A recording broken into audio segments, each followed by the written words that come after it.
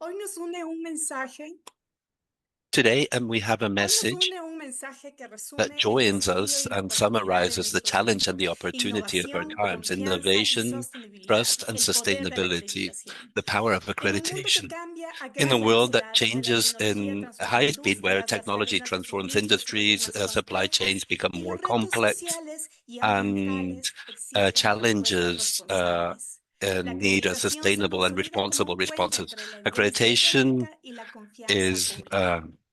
depends on El encuentro de trust este año from the tiene un public. tinte especial para IAC, This year's pues se meeting has conmemora a el también special 30 characteristic. We años de are cooperación commemorating que 30 une a years las of this Américas. cooperation that Tres joins the décadas Americas. articulando 3 decades capacidades, articulating promoviendo capabilities, reconocimiento promoting mutuo y mutual fortaleciendo una acknowledgement, and infraestructura de strengthening calidad an que infrastructure permite for que los quality that resultados allows acreditados se results that crucen are fronteras accredited con to credibilidad. cross borders with Gracias a credibility. todos por Thanks to conectarse a everybody to este join espacio de this diálogo meeting, regional. this Durante las conversation próximas space, 2 horas regional compartiremos space. voces In the following expertas, hours, we will experiencias hear from institucionales expert y voices, reflexiones institutional estratégicas sobre el experiences, and papel de la strategic reflections acreditación about para innovar con accreditation for responsabilidad, innovation with confiar con responsibility, evidencia y trusting with avanzar hacia evidence, un and making futuro progress sostenible. towards a sustainable future. Antes de iniciar, Before compartimos algunas beginning, we will indicaciones share some generales. general Este seminario instructions. web This tendrá traducción webinar will have simultánea para simultaneous inglés y translation español, between English que and lo pueden Spanish, activar en el and you can menú inferior activate de it la in the aplicación de Zoom. menu in the Los toolbar in participantes Zoom, también podrán and the compartir sus participants comentarios can o share their enviar sus comments or consultas a send través your del questions módulo through the habilitado de preguntas Q&A y respuestas que module también in está Zoom, en el which menú is inferior on de Zoom. the toolbar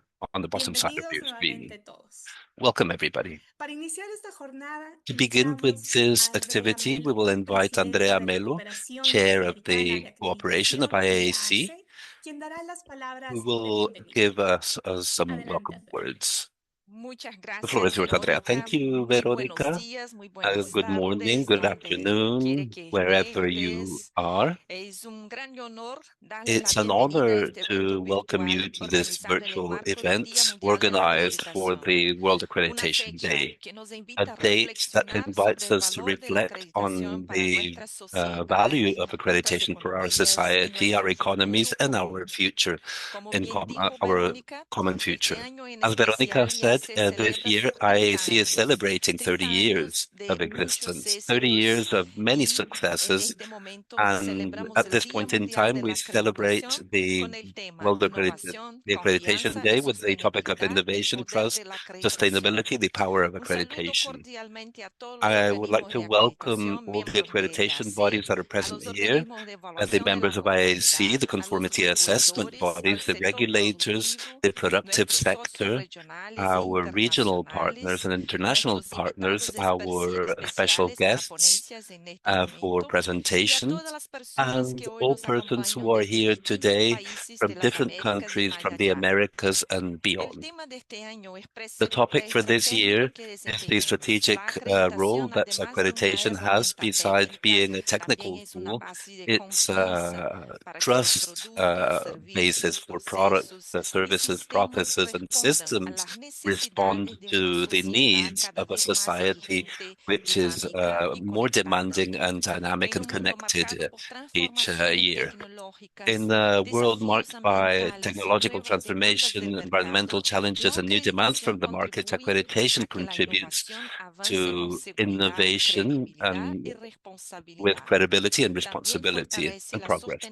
It's sostenibilidad al also apoyar strengthens decisiones the basadas en evidencia, credibility, competencia supporting técnica e decisions with evidence and imparcialidad. technical Para competence and IAC, impartiality. esta For conmemoración tiene un IAC, this significado muy commemoration has especial. a special Como meaning. cooperación regional, As a nuestro regional compromiso es cooperation, seguir our promoviendo la commitment is to confianza continue entre los promoting países, trusts fortaleciendo among las countries, capacidades de strengthening the nuestros miembros capabilities of y our contribuyendo members, al and reconocimiento contributing with the internacional de acknowledgement los at the resultados de international level evaluación de of la the conformidad results en of las conformity Américas. assessment in the Este evento Americas. es una This event oportunidad para is an compartir opportunity to experiencias y share ampliar el experiences diálogo to widen the conversation and reaffirm that accreditation is an essential instrument for sustainable development, competitiveness, and person protection. I would like to thank you for everybody's presence, and I hope that we have a productive and inspiring meeting, an enriching meeting. With a great deal of satisfaction, I inaugurate this event. It's the World Accreditation Day, and thank you for your attention. Muchas gracias, Andrea, por Thank acompañarnos you, en esta Andrea. apertura And now conmemorativa. for this Pedimos también que se commemorative dirija a nosotros beginning, a we Warren will Merkel, hear some words from vicepresidente de Warren la Merkel, Cooperación Vice Interamericana de Chair of the Acreditación. IAAC. Adelante, por favor. The floor is yours.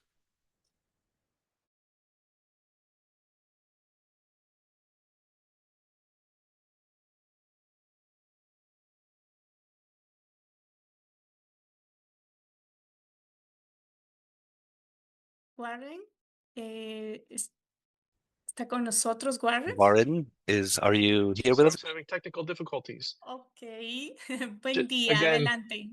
yes, thank you. I look forward to a very informative webinar as always. I look at the number of participants and realize how important it is for us in the Americas to have the benefit of stakeholders, users of accreditation, and all of those that make accreditation through the Americas possible. Trust is at the core of everything we do. Working together across the region, we are building trust that benefits our businesses, benefits our citizens, and creates better markets for the world. I really am excited to see the following presentations and in the panel that I will be on next later in the webinar. And again, thank you all for your participation. This is critical for us to ensure that we both appreciate what we have built and look forward to continued success. Agradecemos a Andrea Melo y a Warren We would like to Merkel por thank sus Andrea palabras de Melo and Warren bienvenida y Merkel por for their welcoming resaltar la fuerza words de la and for cooperación y highlighting las the strength of the Américas. cooperation in the Americas. Continuamos. We will Y continue como now, ustedes saben, Global and as you know, ASI, Global que son sus siglas ACI en inglés, ahora representa la articulación now global para represent fortalecer la cooperación the global internacional de articulation for acreditación. strengthening the international Continuamos con un cooperation for saludo accreditation. introductorio al We Día will Mundial de la continue Acreditación with a 2026 salute desde esta for perspectiva the mundial. World A través Accreditation de Day un for this video, perspective through a Ibrahim video. Houla, presidente de Ibrahim Global Mahola, Accreditation Chair of Corporation Global Incorporated, Accreditation Corporation Global Incorporated, Global ACI, ACI, compartirá su mensaje. will share a message with us.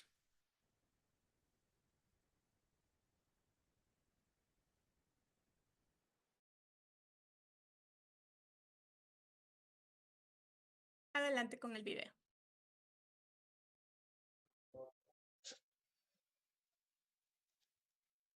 Buenos días, buenas tardes a todos. Good Muchas morning, gracias a good IAC afternoon, por everybody. esta I invitación. would like to thank Dear IAC for this colleagues, invitation. distinguished guests, members of IAC community, it is a big pleasure to join you today for the World Accreditation Day under the theme Innovation, Trust, and Sustainability, the Power of Accreditation.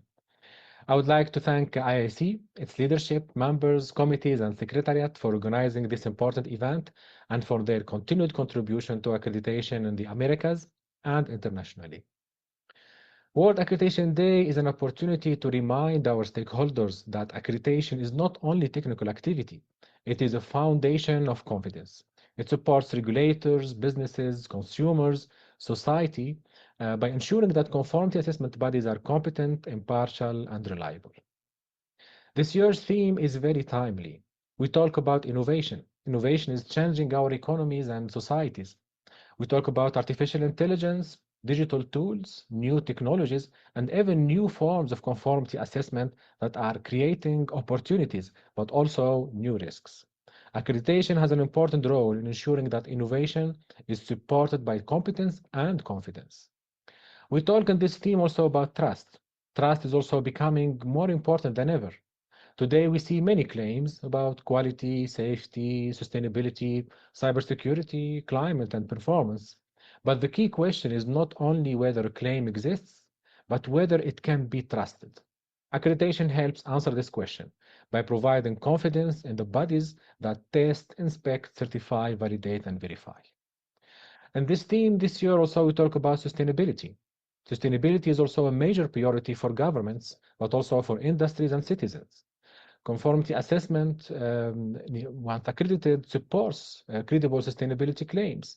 Accreditation supports the reliable environmental testing, greenhouse gas verification, circular economy initiatives, but also supply chains, responsible supply chains, and many other areas where confidence is essential. As Global Accreditation Cooperation Incorporated, Global ACI, we believe that the value of accreditation must continue to grow. Accreditation supports trade, but it also supports public policy, consumer protection. It helps with climate actions. It helps also the digital transformation initiatives and also achieving the sustainable development goals. Our task is to preserve the principles that make accreditation strong, competence and impartiality and confidentiality and consistency, but also transparency and as part of the international recognition. At the same time, we must adapt to new risks, new technologies, and new expectations from our societies. IIC has an important role in this journey. Through regional cooperation, its peer evaluation, its MRA, the capacity building, and also the promotion activities, IIC helps to ensure that accreditation remains relevant and trusted across Americas. Dear colleagues, the power of accreditation is its ability to transform technical competence into public confidence, connect standards with the practice, but also conformity assessment with trust and innovation. I congratulate IIC once again and wish you a successful and productive event. Muchas gracias a todos.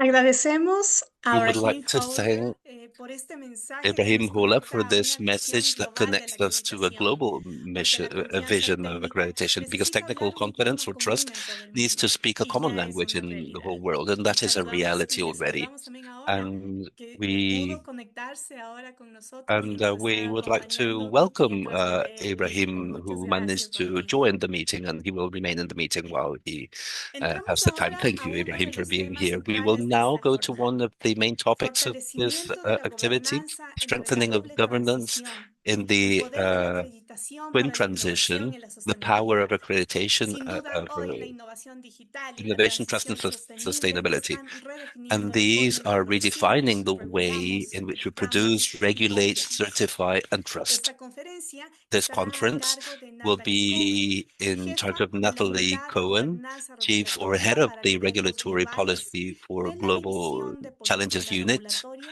of de la the Dirección de Regulatory Gobernanza Policy Pública de from the la governance, public Organización governance para la of Cooperación y el Desarrollo Económico. from the Organization for Bienvenida, Natalie. Cooperation and Economic Adelante. Development. Welcome, Natalie. The floor is yours. Thank you very much, Veronica. It's a real honor and a pleasure to be here today. I'm just going to share my screen.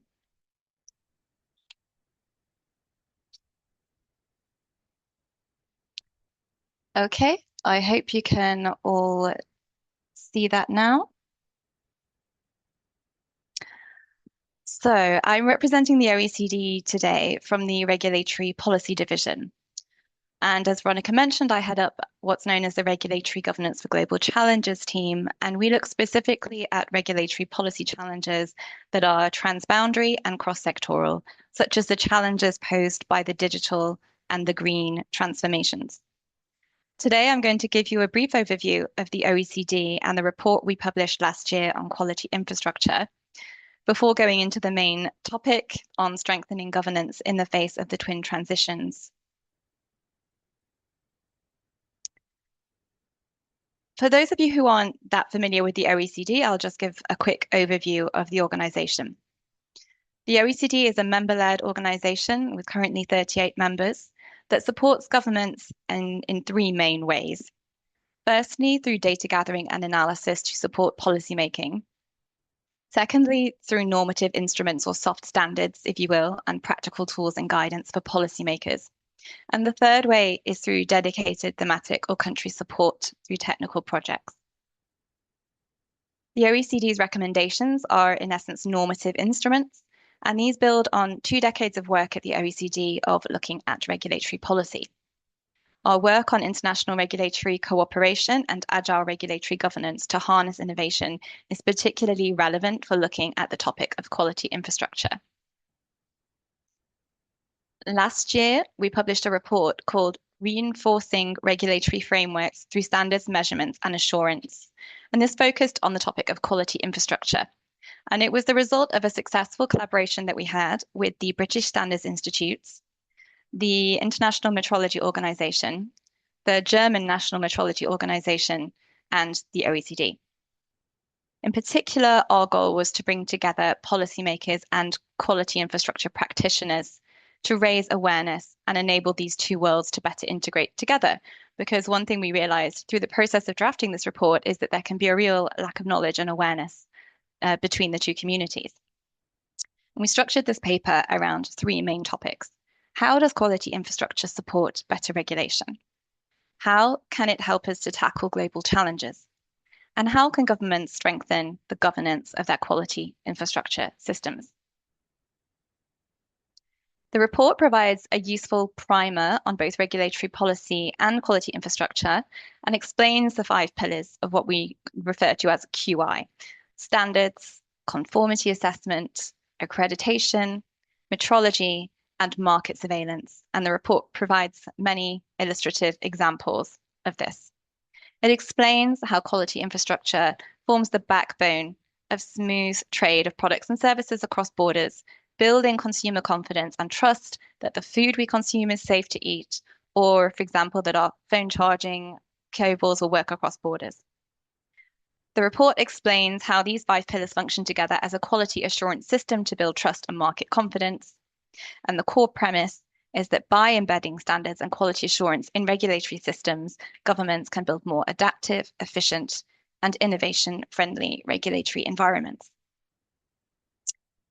We looked at the interrelationship between quality infrastructure and regulations, highlighting how QI can play a role in informing each part of the policy cycle, such as considering alternatives to regulation during options appraisal, or considering alignment with international standards, which is part of the OECD's recommendation on international regulatory cooperation, or through feeding intelligence gained via market surveillance or laboratory testing back into policymakers' understanding of the market. Accreditation plays a key role by verifying the competence of organizations and laboratories performing tests and providing these certifications. It can also help reduce the need for direct regulatory oversight on low-risk activities by carrying out inspections. The main recommendations arising from this report were that first, governments need to optimize how they use their national QI systems. For example, by introducing an explicit high-level quality policy and more actively integrating consideration of quality infrastructure into the policymaking process. Second, governments should use the international cooperation inbuilt within QI systems internationally to build inclusive global governance, to build inclusive international consensus. And finally, governments need to build capacity in and modernize the QI system through digital innovation and business model innovation.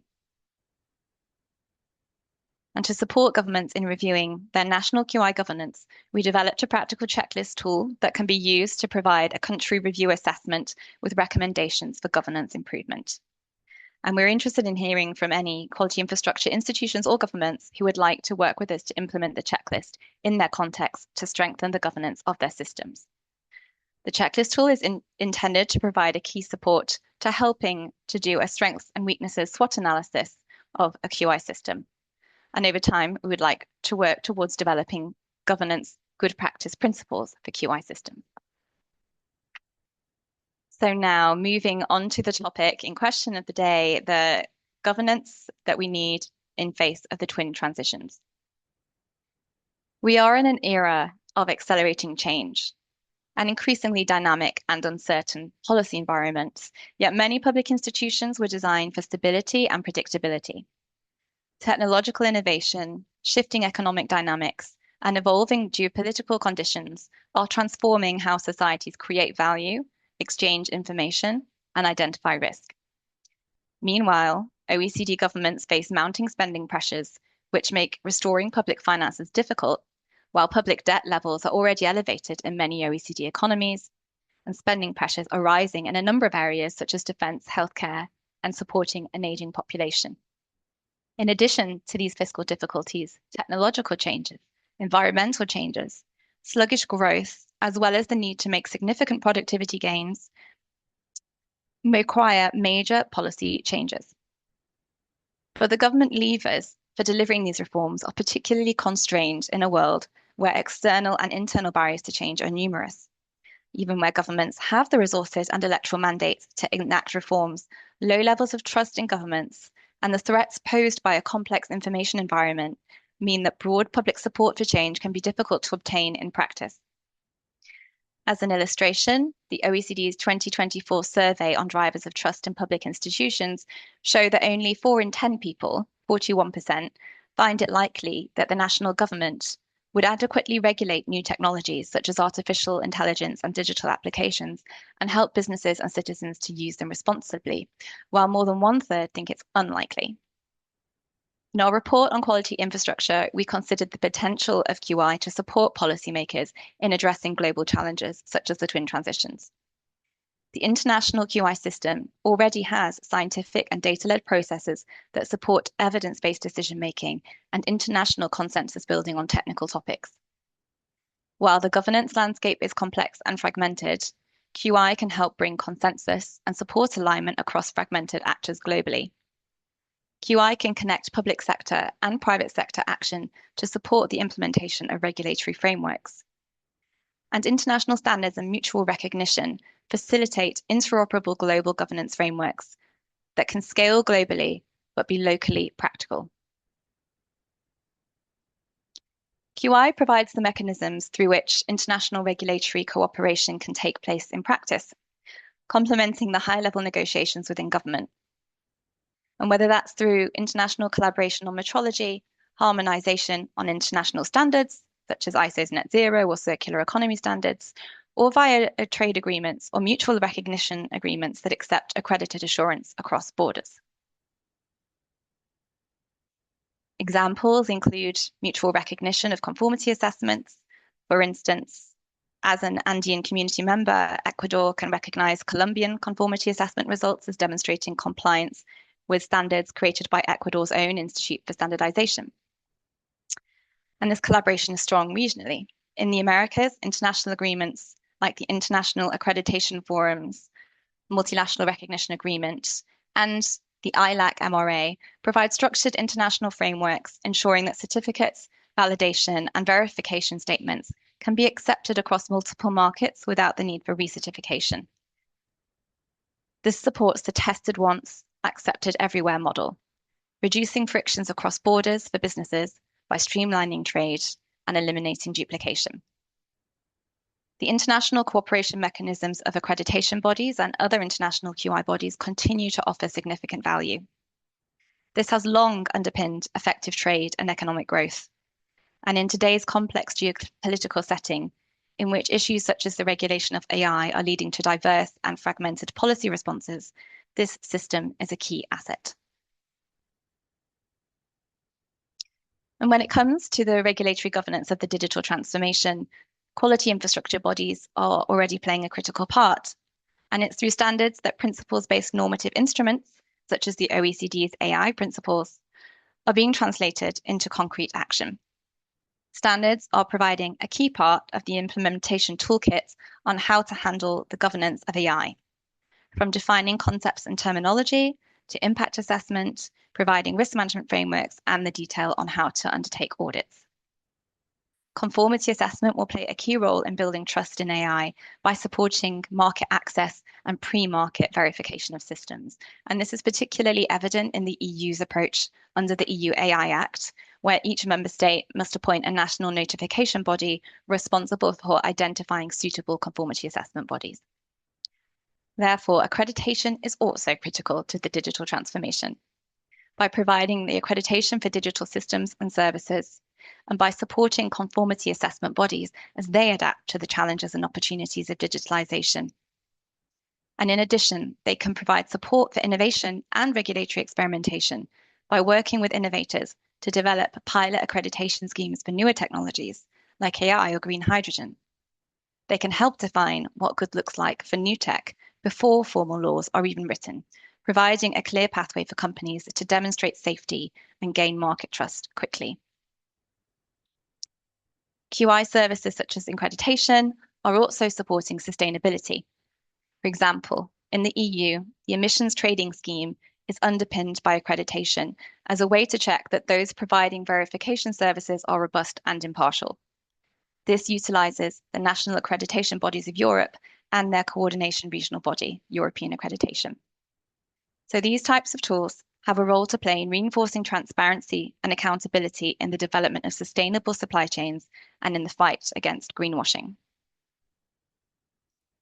But now, what about the digitalization of QI itself? The world, as we know, is undergoing a structural transformation driven by digital technologies. These no longer operate at the margins of society. They structure how information is produced, processed, and acted upon. AI, digital platforms, global supply chains, and cross-border information flows offer significant opportunities for growth and social benefit, while also introducing new forms of complexity, risk, and instability. However, the QI system today operates on a business model designed for an analog world. As accountability mechanisms increasingly digitalize, standards are no longer simply static documents. Instead, they are beginning to function as digitized inputs, shared across supply chain systems, and in some cases, interacting directly with digital regulatory and assurance systems. This fundamentally changes how standards are being used, consumed, and valued, and it raises important questions about the long-term sustainability of current business models. Metrology organizations and testing laboratories are also embracing the digitalization, for example, through the transfer of test results. And conformity assessment bodies are embracing the digitization of faster process management, easier access and traceability, and enhanced data protection. As everyone has highlighted to date, the QI system is all about assuring quality to build trust. In accreditation, digitalization offers opportunities to build a system that is faster, safer, and more accurate. Digitization can help reduce human error, enhance consistency, and ensure that decisions are data-driven. And this is going to require accreditation organizations to promote a culture of innovation and experimentation, while acknowledging that digitalization is only ever a means to an end. It should result in more efficient, transparent, and accessible processes. And this can require a fundamental rethink of structures and processes, as opposed to falling into the trap of digitalizing what is already there. For accreditation organizations in particular, embedding digital tools and agile ways of working across organizations are being used to transform the customer journey. And examples of what this looks like in accreditation can be customer and assessment portals for enhanced information sharing across the assessment process, or digital accreditation platforms where customers can view their schedules and certificates, and from which they can share their accreditation digitally via secure APIs or downloadable PDFs with embedded QR codes. We need to adopt AI in ways that strengthen rather than compromise competence, impartiality, and trust within the accreditation process by setting out clear principles and guidance on the use of AI in accreditation. And importantly, this transition will not look the same everywhere. Levels of digitalization will vary by country, reflecting differences in capacity and resources.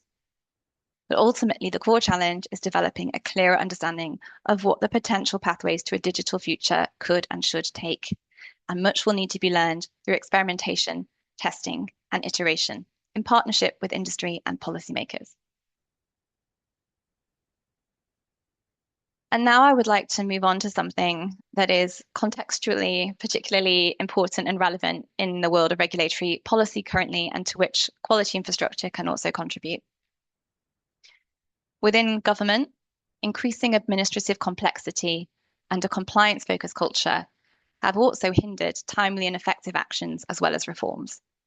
And in this context, OECD governments and administrations are increasingly stuck, caught between growing demands for protection, consultation, and risk mitigation, and their hampered ability to act decisively in a fast-changing economic, societal, and technological landscape.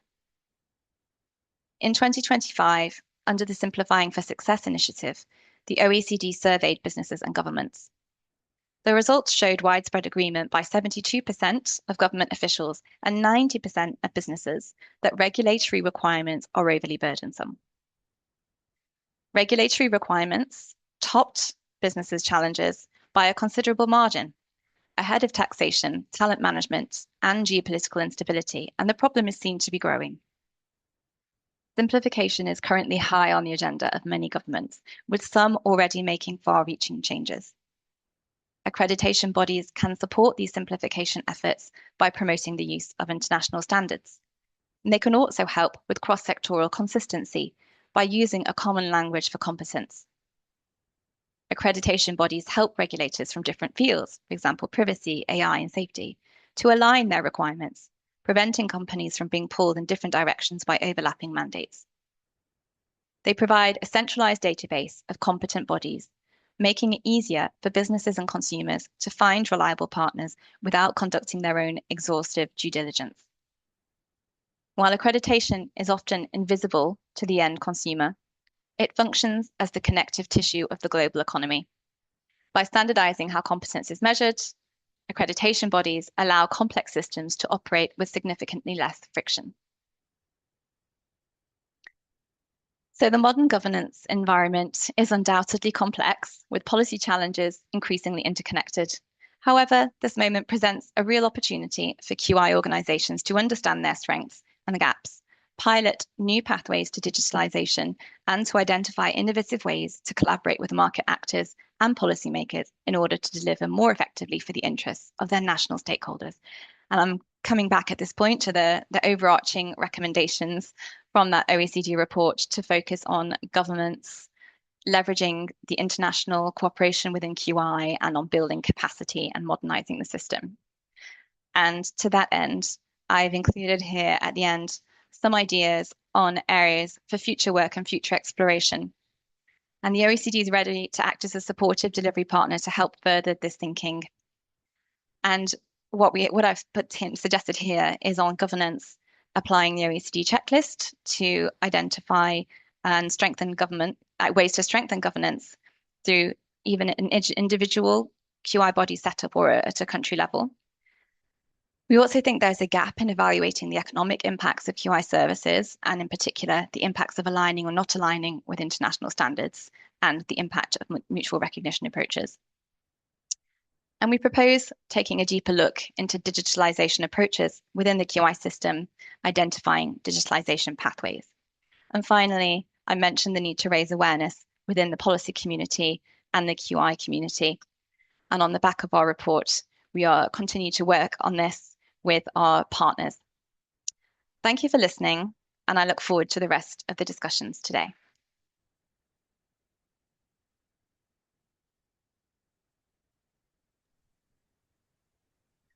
Agradecemos a Natalie Cohen por esta reflexión estratégica que nos deja. We would like to thank Natalie Cohen for this presentation, which gives us a key image. We need to have a set of rules and systems that are capable to respond to changes. Let's move on. And now we would like to move to the panel that we just prepared for you. Accreditation is not only in the lab or the certificate, it is presented towards more safer markets and more intelligent regulations and more trustworthy decisions. With this, we would like to open the next space. This is a panel fostering innovation and building trust, the role of accreditation. For this panel, we will have Warren Markle, the IAAC Vice Chair, as the moderator. He's with us today. And we will also have Kim Riffle from the PCN Latin America. We would like to welcome them. We also have Olga Pesca from the Andes community, and then Robert Kanaki from the National Volunteer Accreditation Laboratory Accreditation Program from the NIST acting. He's the NIST acting chief from the US. We would like to invite you all to this dialogue because we will see how accreditation can be translated into trust. Go ahead, Warren. The floor is yours. Much. And thank you to all of the participants. I continue to watch the number grow and just am amazed at the recognition of the importance of accreditation and the willingness to listen to some of these very important presentations within the need to foster trust while building innovation. We are really lucky in this panel to have three perspectives from all sides of the issues facing us in accreditation today. Kim representing the private sector, Olga with the policymakers, and Rob as an accreditation body, as well as a little bit of metrology mixed in there. So I think we have all of the various stakeholders and perspectives that we need to really understand and dig in on how accreditation can foster innovation and build trust. I think the presentation from Natalie and the information from the OECD really set the stage well for this conversation. I've been involved in accreditation over the years for decades, and this is really, in my experience, one of the most critical and rapidly changing times throughout that period. We face real challenges, both in terms of the perception of public policy, as Natalie said toward the end, as well as the expectations that the systems that have been built and provided trust through the years are able to respond. And it's incumbent upon us in the accreditation community to continue to provide that trust. So what I'd like to do first is go to each of the panels and ask them for their perspectives on various points related to the theme of fostering innovation and building trust. Kim, I'll go to you first. In the private sector, companies operating in international markets face the challenge of demonstrating that their products and services meet global standards. How has accreditation helped Latin American businesses innovate and access new markets with credibility? And what barriers still remain to making full use of this tool, particularly as business and digital technologies change so rapidly? Kim, please, I'd love to hear your perspective. Muchas gracias, Warren.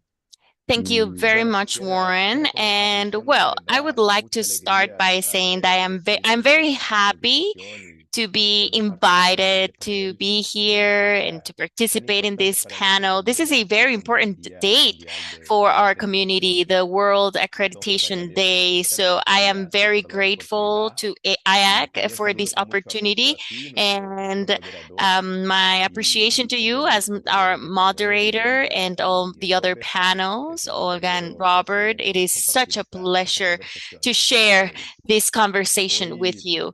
So today, I speak from my experience as the CEO of PCN Latin America by supporting companies that need to demonstrate the compliance of technical requirements in different markets, but also I bring the perspective from ABRIC, which is the Brazilian Association for Quality Infrastructure.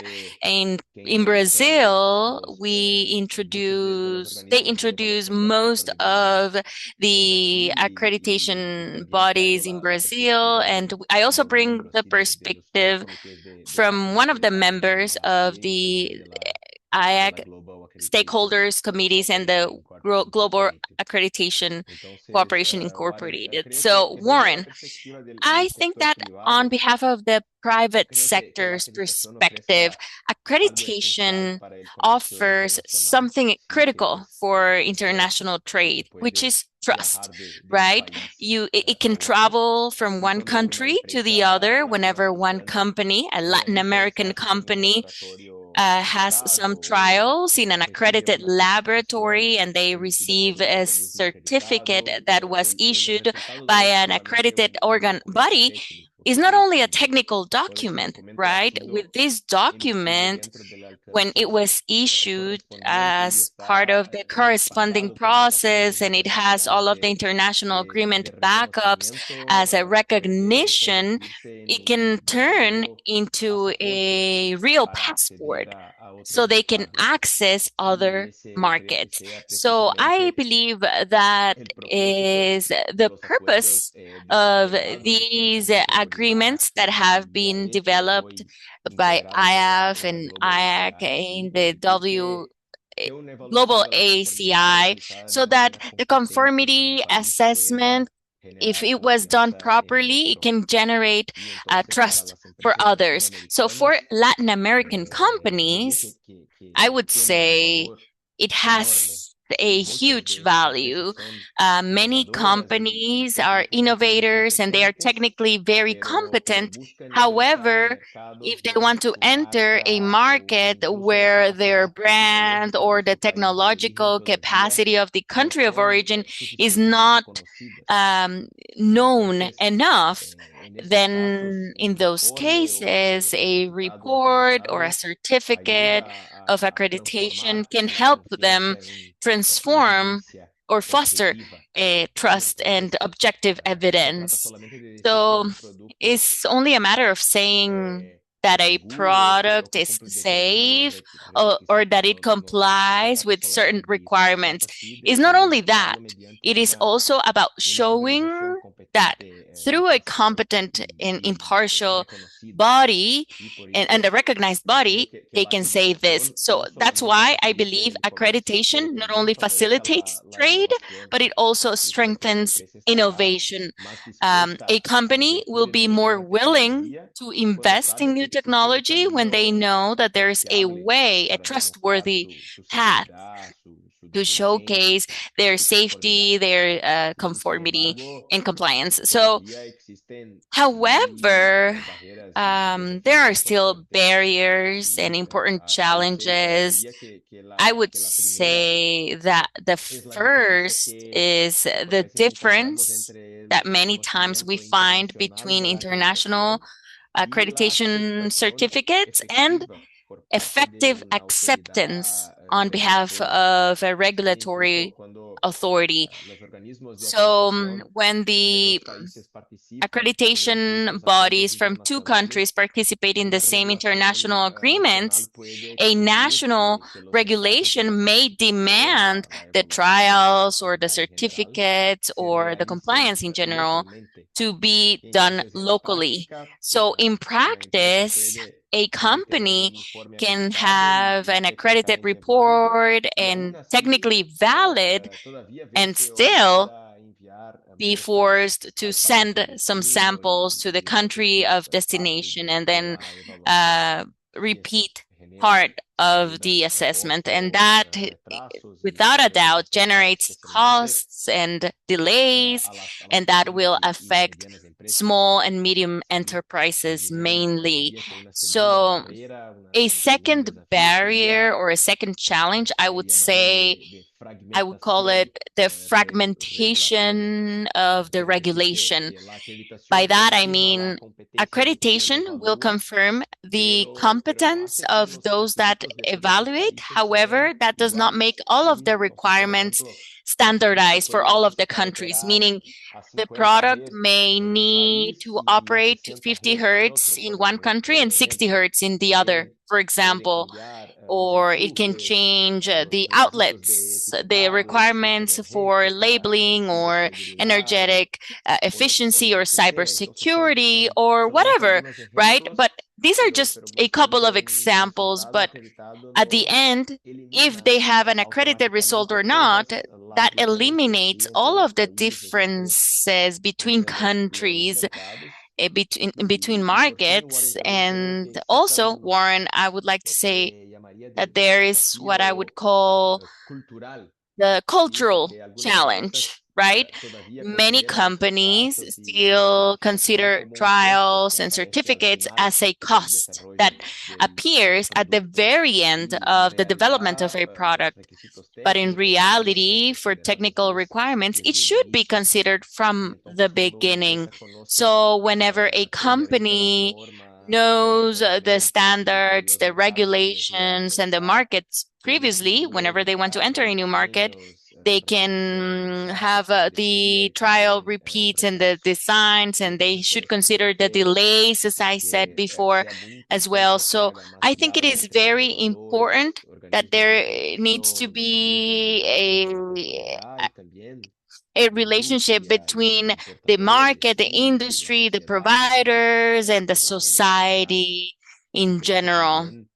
So I believe it is also important to say that it is important to expand the use of international standards and reduce local demands that are unnecessary, and also invest in accredited capabilities for new technologies, or emerging technologies. So I believe that definitely accreditation can get to its highest level whenever recognition between bodies is translated into effective acceptance on behalf of the authorities, the markets, and the users. So for Latin America, I would say this means less barriers, of course, more competitive companies, and better conditions for innovation.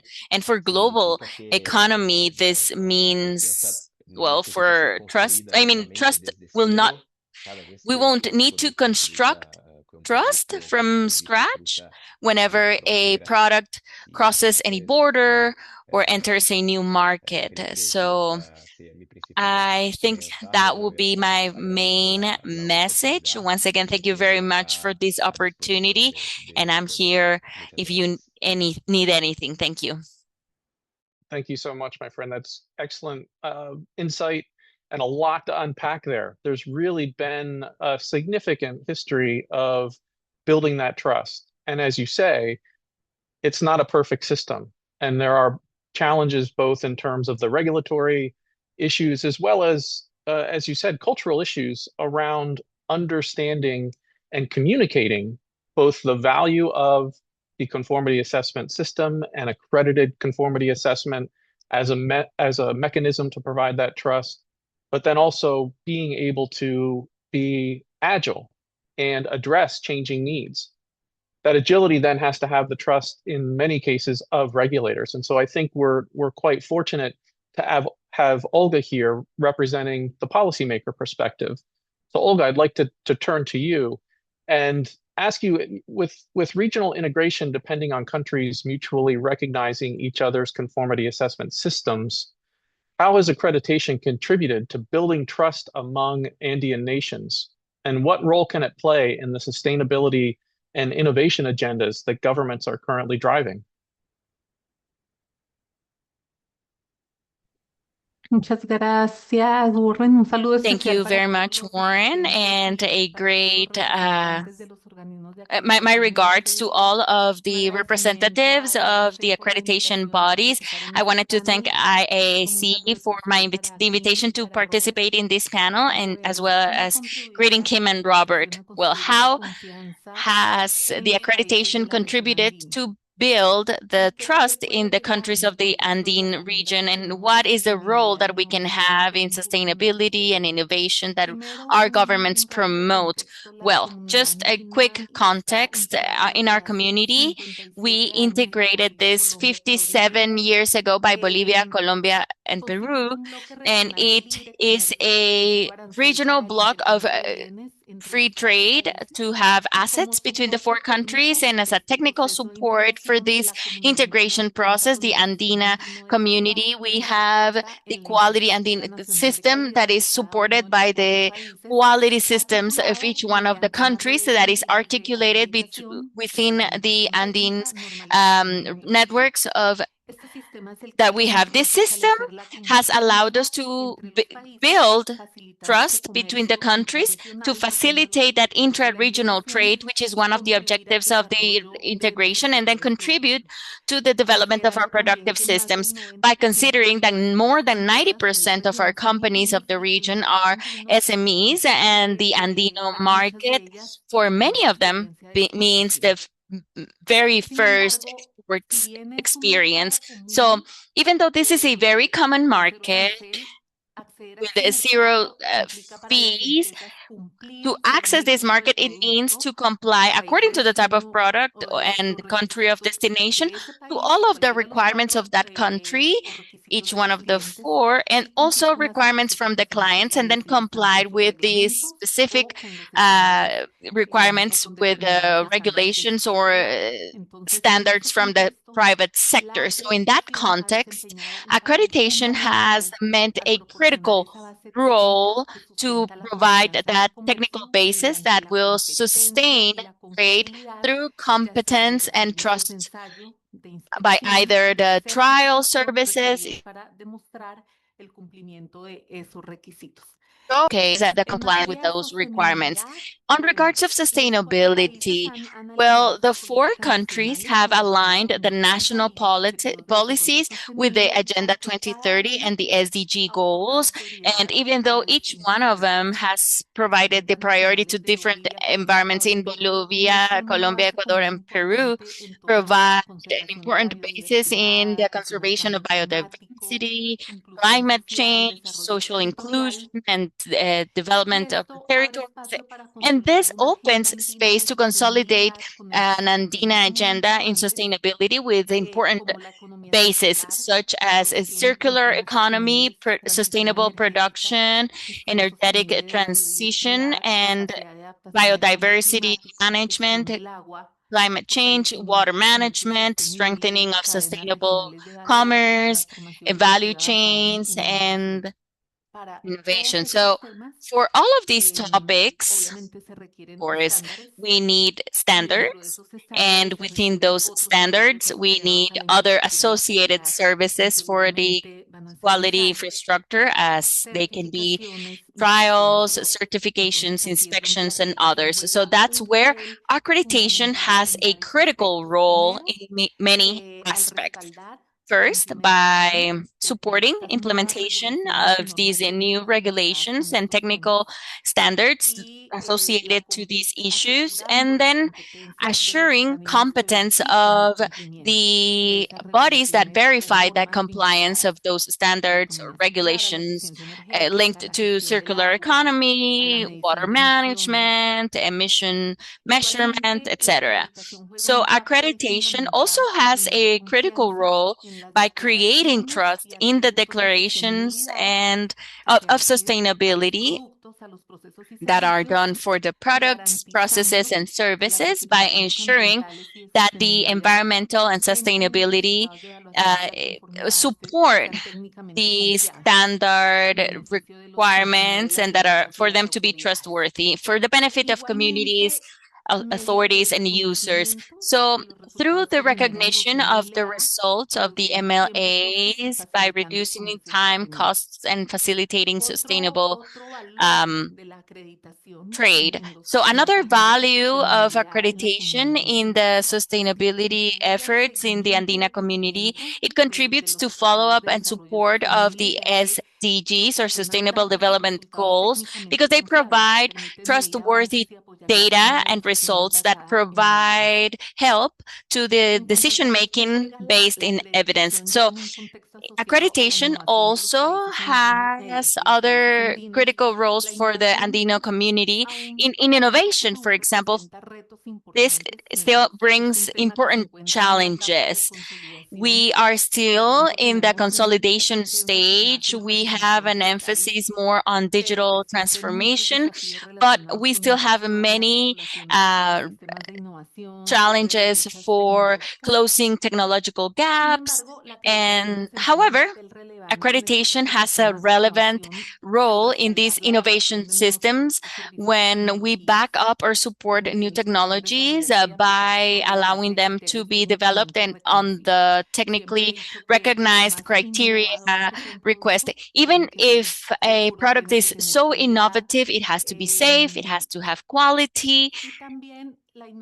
And innovation also represents a challenge for the development of our QI for the accreditation bodies, mainly because innovation requires agile evolution of the conformity systems so they can support the rhythm of its development and ensure that the new solutions will go to the market with trustability and sustainability requirements. At the Andino community, we have developed with our 4 accreditation bodies, we have created some regulations that allow us to establish criteria points. We harmonized them for assessors and technical experts of accreditation. So if any of the countries require them to have a technical competence that is only in one of the other countries, they can bring the expert and the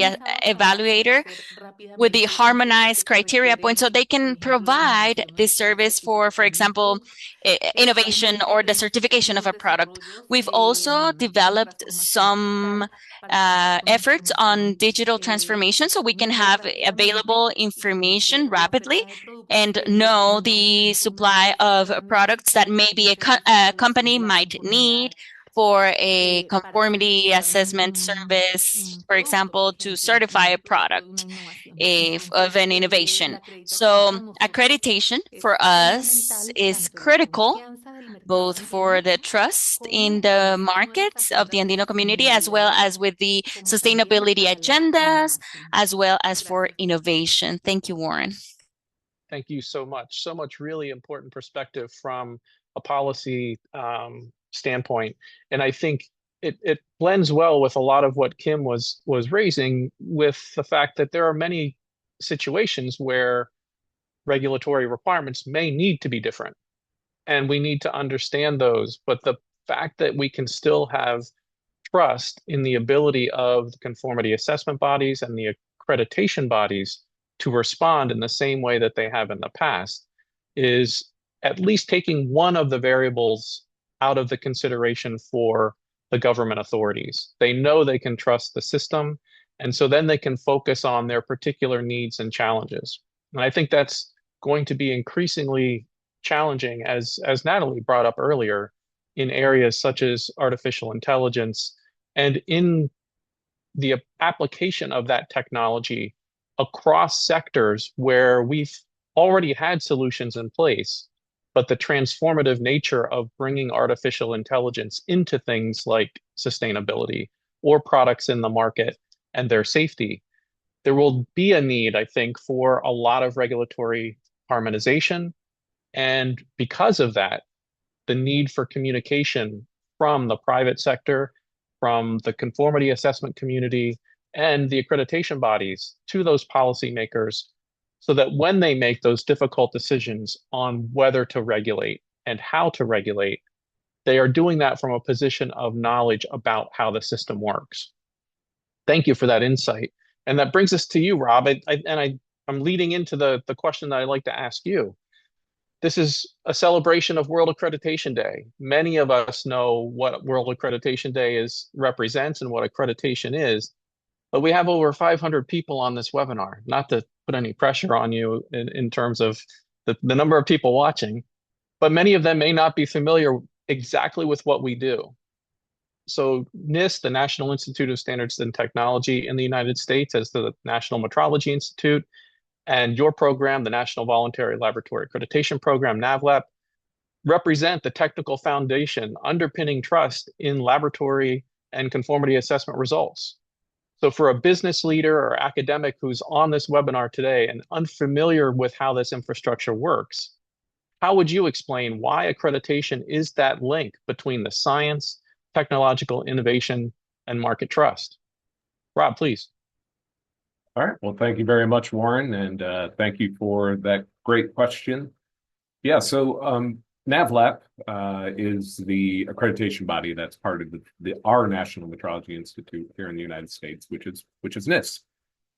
So the way that NIST fits into this and NAVLAP and other accreditation bodies help support the trust and the innovation is that at NIST we perform research that helps with new technologies and pre-standardization of different areas of test and technology. We have a standards coordination office that is here part of NIST, and Warren, you're very familiar with that. I used to work in the standards coordination office.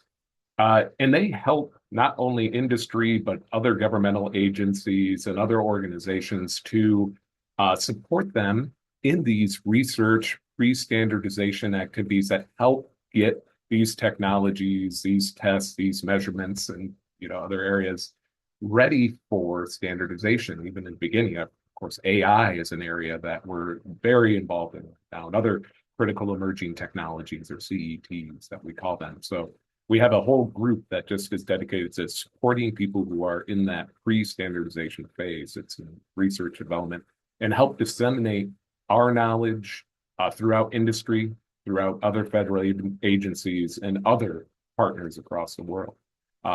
We further then help educate people on standardization and how you go about developing standards for these new areas, and getting committees together and getting active in your standards development organizations that support your different industries, your different economies, and your different groups, right? And participate in those standards development, educate organizations on conformity assessment, right?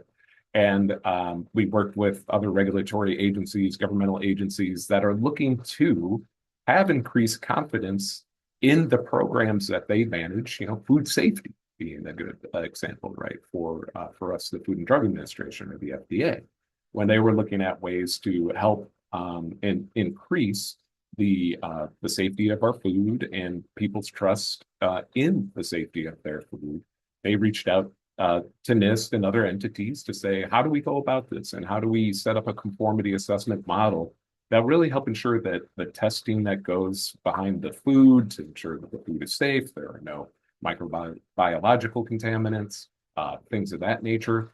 How do we make sure that those entities have the competency we're looking for? The public can understand that we've done this additional level of scrutiny and rely on this accreditation to help support our recognition and our processes to ensure that the food we eat here in the U.S. is safe, right?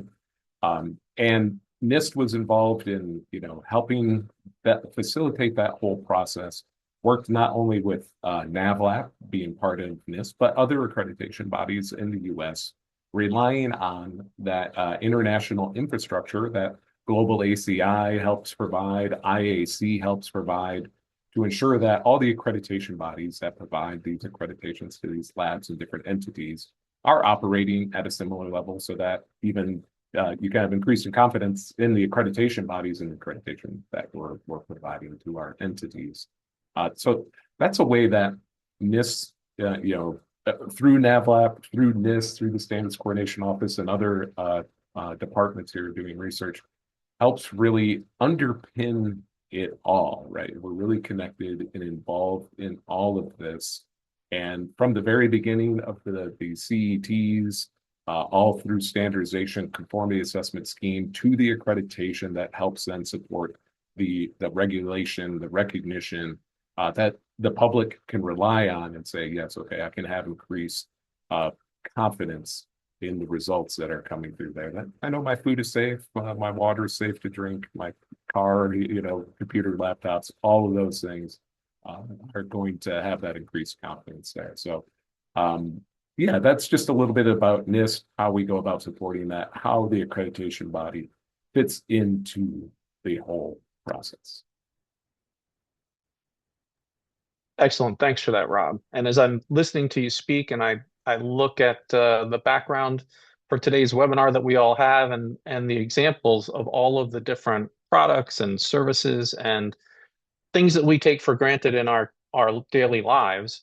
As Natalie said earlier, and Kim and Olga also emphasized, it's quality infrastructure that has worked for so long in providing that level of confidence and ensuring that we don't have to think about it. We just, in the person that's not working in the quality infrastructure may not know what it is because it has been so effective.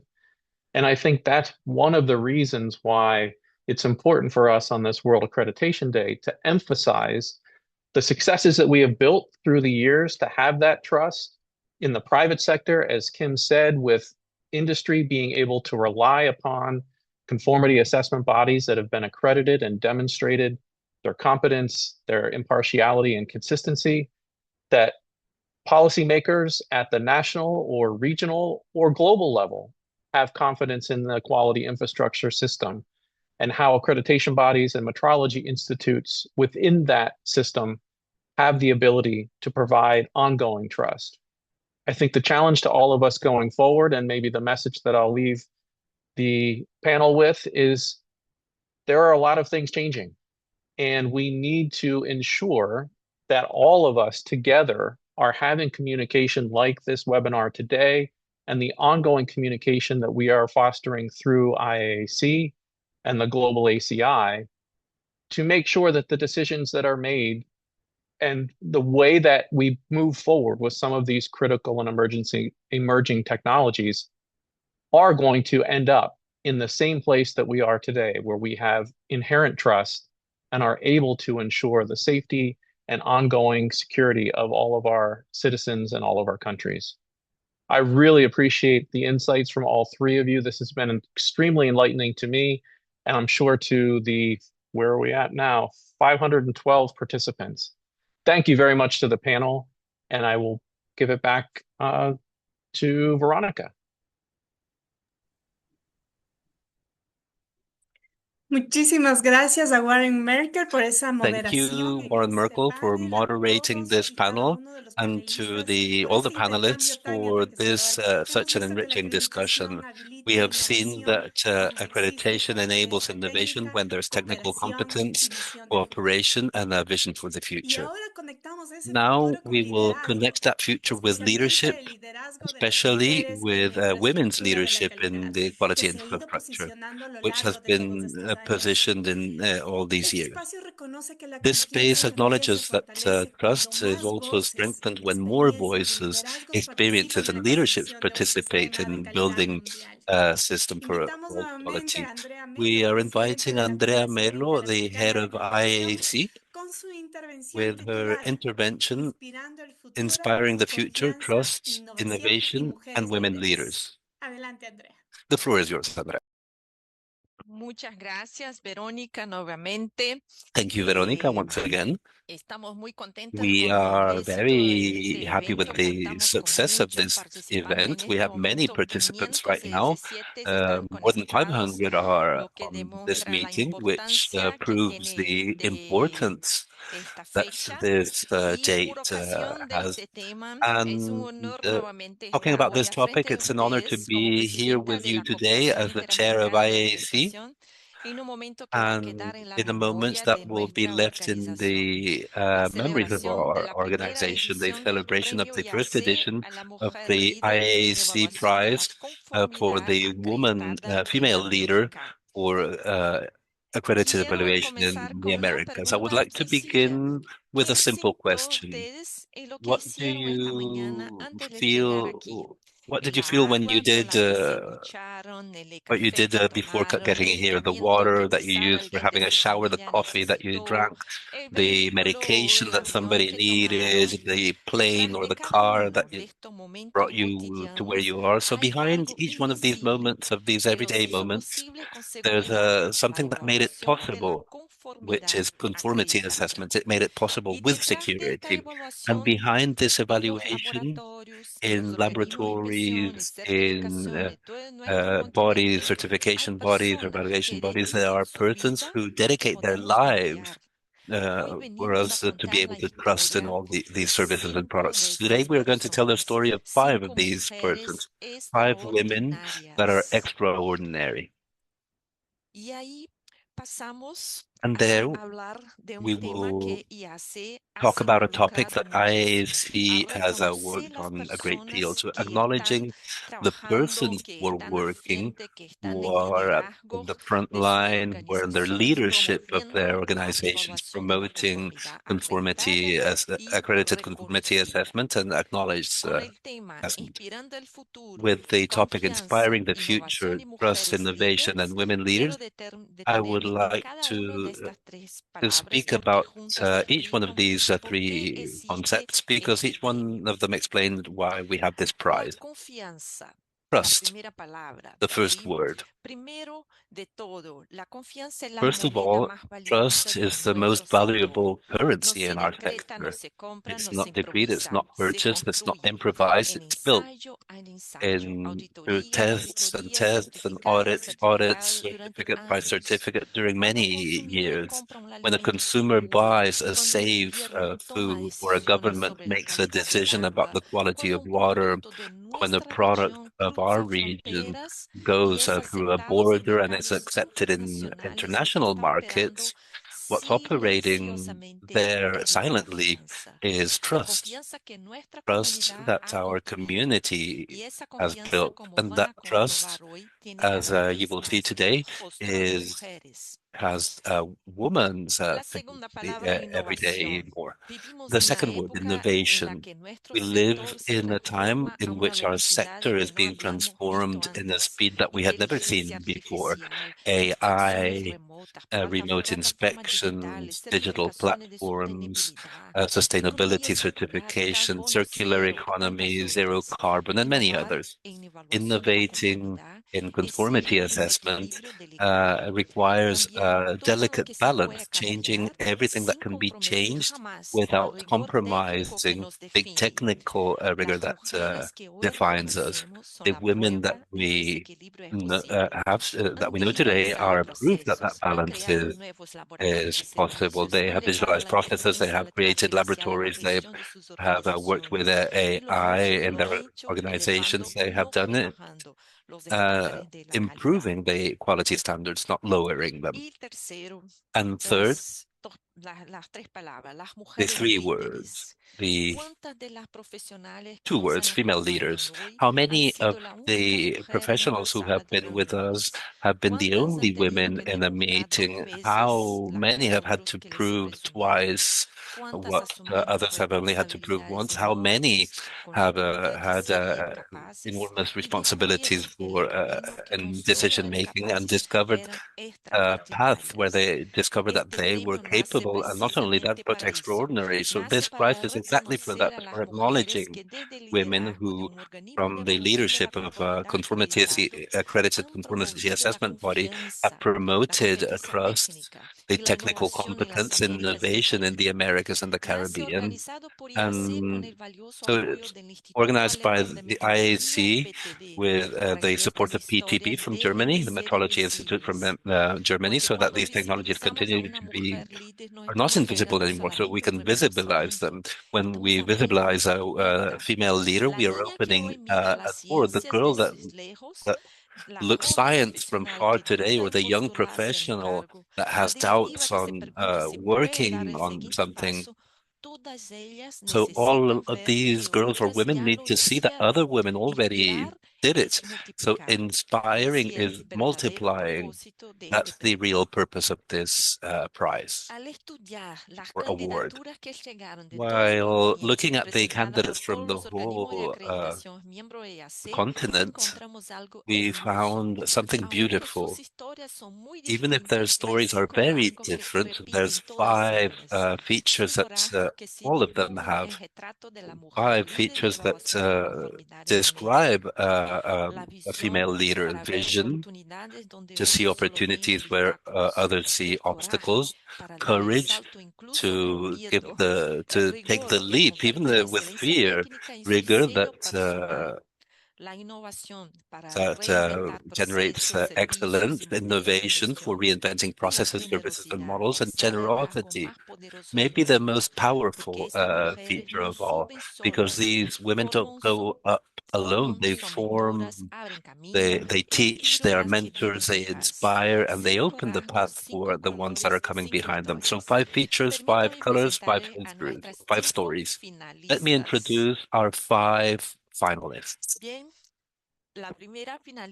The first one is Dalis Rovira from Panama.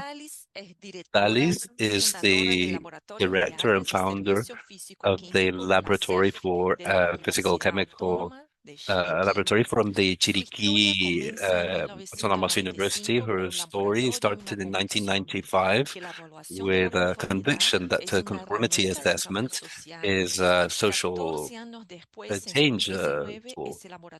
And this laboratory was historical. It was the first laboratory from the public sector in Panama to be accredited on 17025 standard. And they didn't stop there. They have kept this accreditation uninterrupted for more than 15 years. It's an exercise of perseverance and technical rigor that anybody in this room knows how to value. And in 2017, the Agency for Environmental Protection, EPA, from the US selected the laboratory for 3 rigorous technical tests as a referral laboratory for used waters in Panama. But if something defines Dr. Rovira is that leadership goes beyond institutional achievements. That's why she created different projects and initiatives that will train or educate new scientists for water management and closing gender breaches in a historically masculinized sector. She says it with clarity. Women, we are leading projects that are transforming the region through the rigor of conformity assessment that is accredited. 3 decades planting science, trust, and the future. That's Dalis Rovira. Now we have the next finalist. From Ecuador, we have Maria Gabriela Marmol.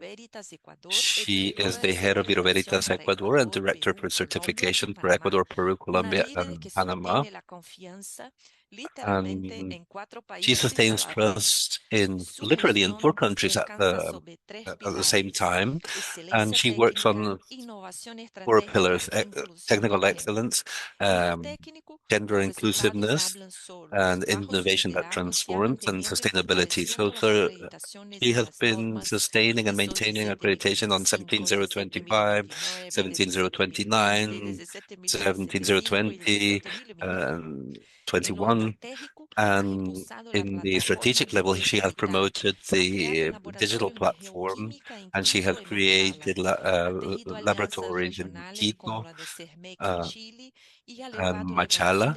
And she has worked in the area of sustainability with the certifications Flor Verde and Flor Ecuador and Carbon Zero Ecuador. And innovation is her biggest passion. She has promoted programs for mentorship and implemented policies for gender equality, because she is convinced that diversity, it's not a corporate goal, it's a need, it's a strategic need. Her philosophy is defined by one phrase: when women lead, organizations innovate better, they serve communities with a greater impact, and build more markets that are fair. The third finalist from Mexico.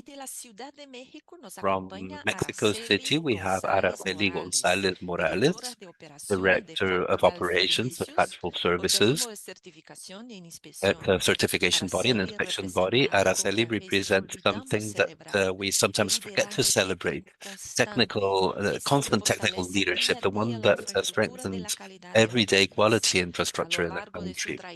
During during her trajectory, she has maintained a commitment, a permanent commitment with development, promotion, and strengthening of conformity assessment, accredited conformity assessment in Mexico. And she has done this with a conviction, that it's not only technical work, promoting technical systems that we can trust, strengthens trust in products and services, and reduces risks and contributes to sustainable development of the country. If we say it in other words, behind every standard, there are persons that are protected and a country that makes progress. Araceli considers fundamental to include the feminine talent in the sector, generating incursion spaces for visibility and professional growth for women in a highly specialized environment. Her motivation to be here is, on her own words, is to share her experience for inspiring other professionals and strengthen the community, because, as she says, leadership in conformity assessment not only has a technical impact, it has a social impact and economic impact. Our next candidate is from Colombia, Luisa Fernanda Toro. The story of our four finalists, she's a general manager of survey meters from Colombia, starts with statements that many women in this room will acknowledge. Luisa reached sector at 23, beginning with a calibration laboratory from scratch with her newborn baby in her arms. And in 2007, when the general management position was vacant, she was asked if she wanted to take the challenge. And she said, I took it with fear, thinking that I wasn't capable of doing it. Today, that woman that would think that she wasn't capable, she has multiplied the operation 17.5 times, the operation of her organizations, and she's a multi-Latin American with presence in Colombia, Peru, Panama, Ecuador, and El Salvador. She led complex decisions during the pandemic for protecting her team and the sustainability of the company. She developed a center for remote inspections of electrical installations, approved as an innovation project by the Ministry of Science in Colombia. She incorporated AI with assistance for her clients and predictive tools that strengthen traceability and trust. And she converted equality in one of the pillars of her leadership. Today, 36% of her team are women that are present in all levels of the organization, and with many of them in directing positions. Luisa leaves us one of the most beautiful definitions of our work that I've heard. Conformity assessment not only verifies, it enables. It doesn't only measure, it builds trust, and it not only complies with standards, it promotes development of our countries. Leading, she says, requires courage, purpose, and quality. Adds when there's female participation. And finally, our fifth finalist is Jessica Patel. She's a senior vice president of Assurance Americas, BSI. She's a leader at the continental scale. She leads 4 legal entities in the Americas with multinational teams and a complex portfolio of accredited services that work in very diverse environments. From 2024, she has proved something that defines the big leaders of our sector, that the technical integrity are not and trade are not opposed, they're allies. Under her direction, the organization has achieved solid financial performance, and while investing deliberately in the long term in people and governance and in resilience and operative resilience, the institutional strength above institutional strength is prioritized from profits. She worked on supervision of the competence of auditors and for a culture of transparency and continuous improvement.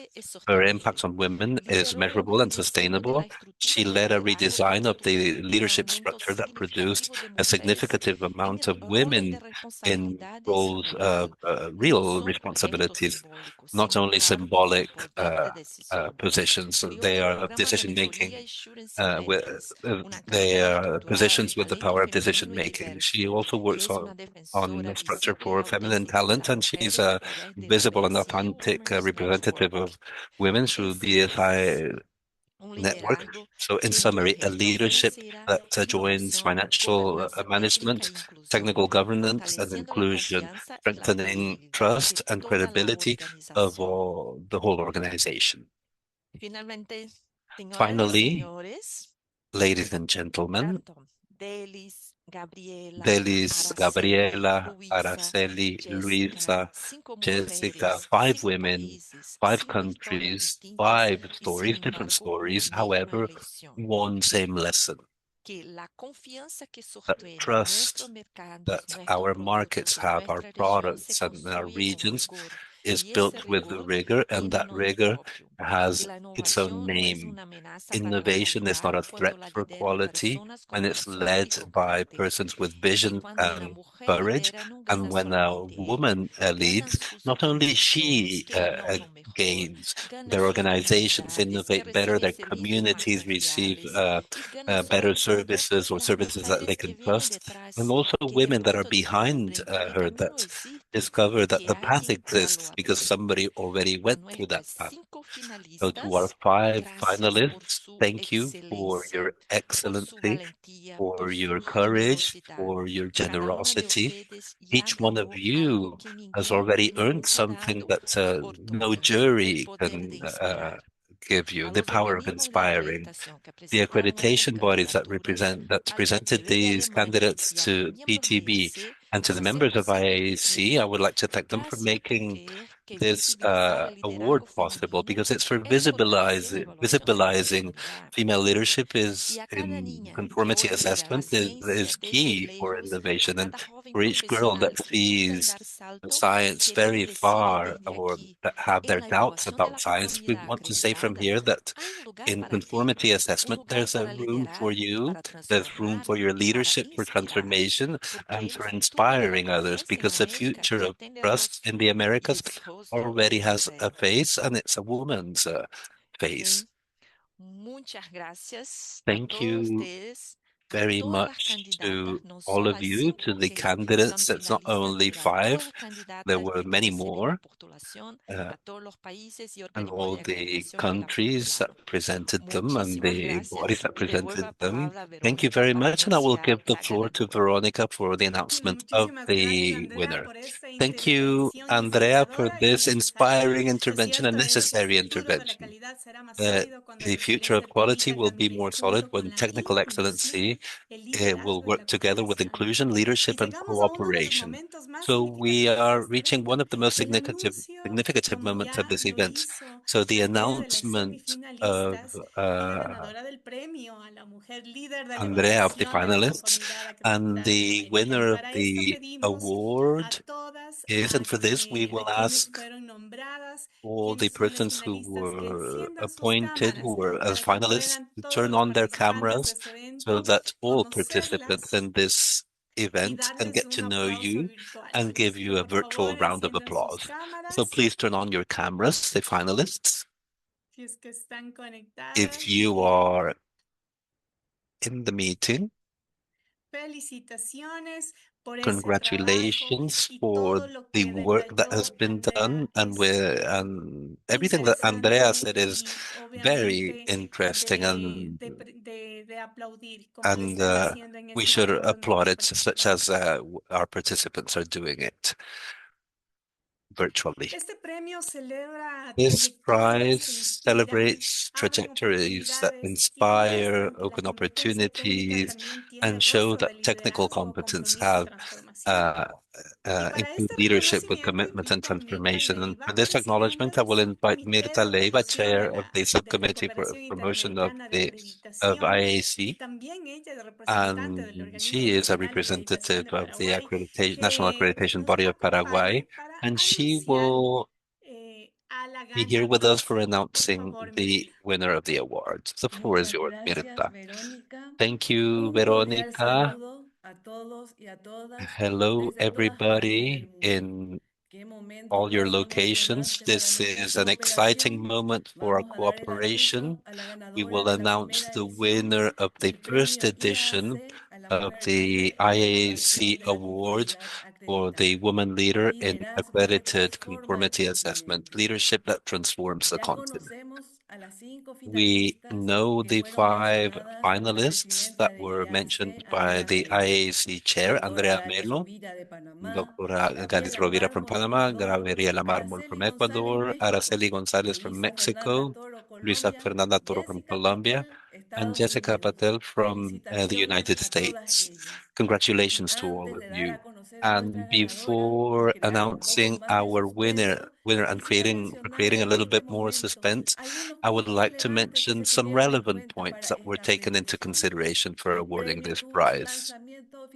It was launched officially on the 19th of March in the event about the Women's World Day, and the appointments were announced from the 19th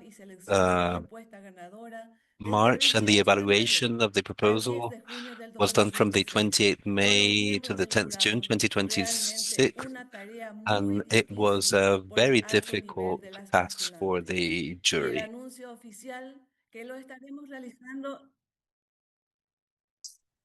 And the official announcement, which will be on the date of this very important day where we are celebrating the World Accreditation Day today, June 11th.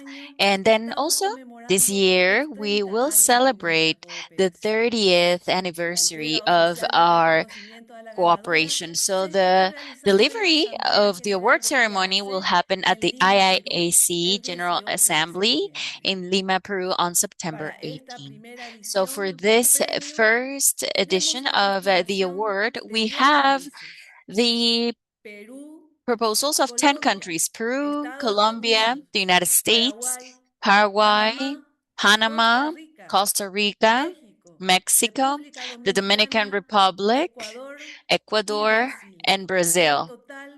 In total, 22 candidates from 10 different countries. And all of this was possible because of the accreditation bodies, members of IAAC, for the proposals for this initiative.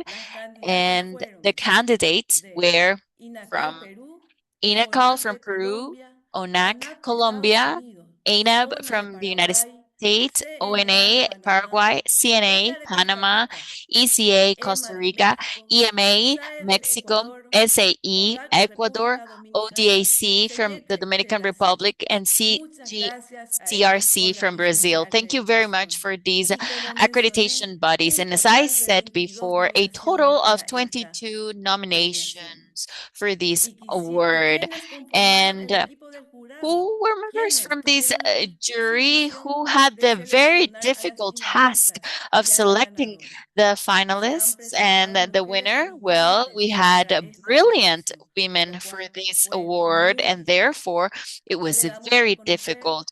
We have here the jury panel. We have Andrea Melo, our chair, from Brazil, Warren Merkel, the vice chair of IAAC from the United States, Carlos Echeverría, the chair of the management committee of Ecuador, Israel Teixeira, chair of the stakeholders committee, and from Brazil, Mirta Leiva, the chair of the promotions committee from Paraguay, Cori Eguino, the representative of associate members, Copan from Bolivia, and then Tim Gosselin, the representative of the PTB from Germany. They were part of the jury panel who will give the verdict today. Thank you very much to you all for the task undertaken.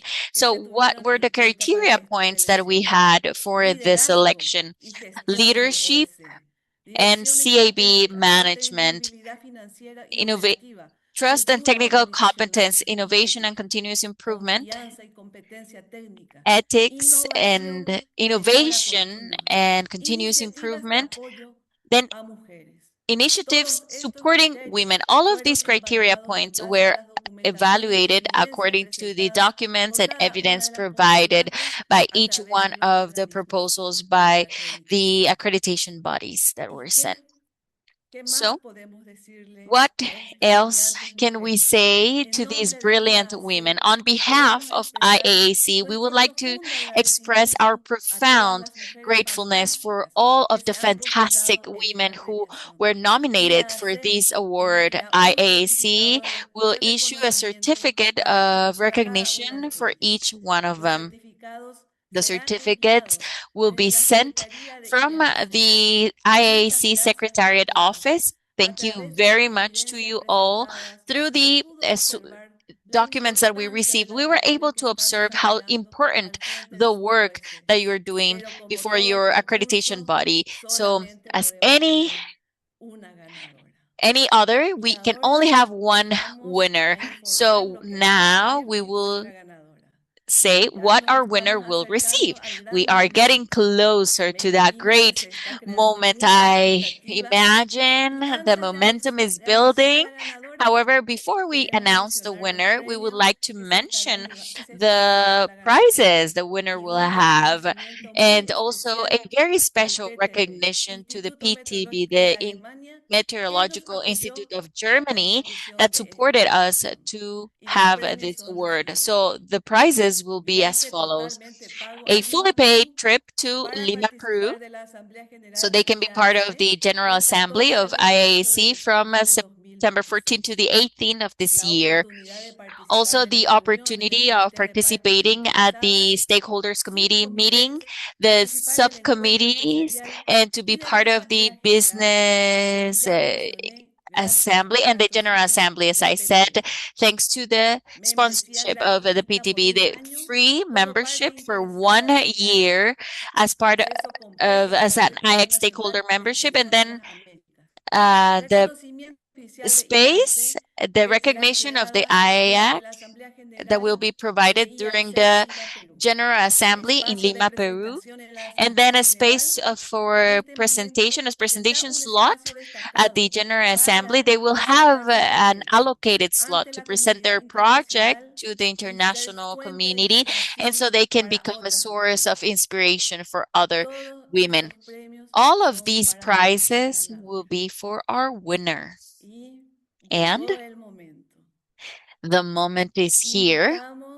We would like to invite our chair so she can share this moment with us. And we have the honor of announcing our winner. Right now, we would like to ask the support from the Secretariat Office, since we will present a short video where we will announce the winner of this edition of the Women Leader Assessment of Conformity to. So thank you very much to you all. Thank you to the finalists, great professionals and human beings. But as I said before, we can only have one winner. And to the count of 1, 2, and 3, the Secretariat Office, please.